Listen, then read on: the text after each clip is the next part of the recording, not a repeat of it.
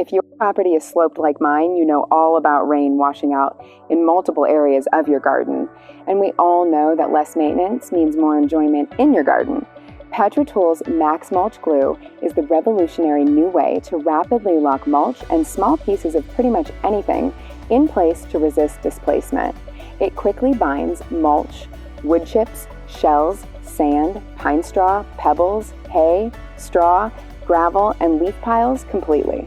A proprietary blend, Max Mulch Glue leverages custom water-based binder technology to create a safe, invisible bond between mulch and bark pieces and makes them act as cohesive units.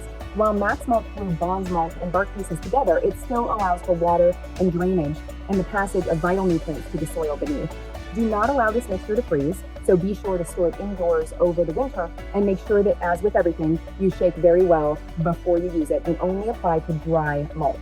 So what you're going to do is simply mix 1 part of Max Mulch Glue to 2 parts of water, mix for approximately 1 minute, and then apply using a sprayer. For pine straw, apply 1 coat evenly at a rate of 1 gallon per 250 square feet.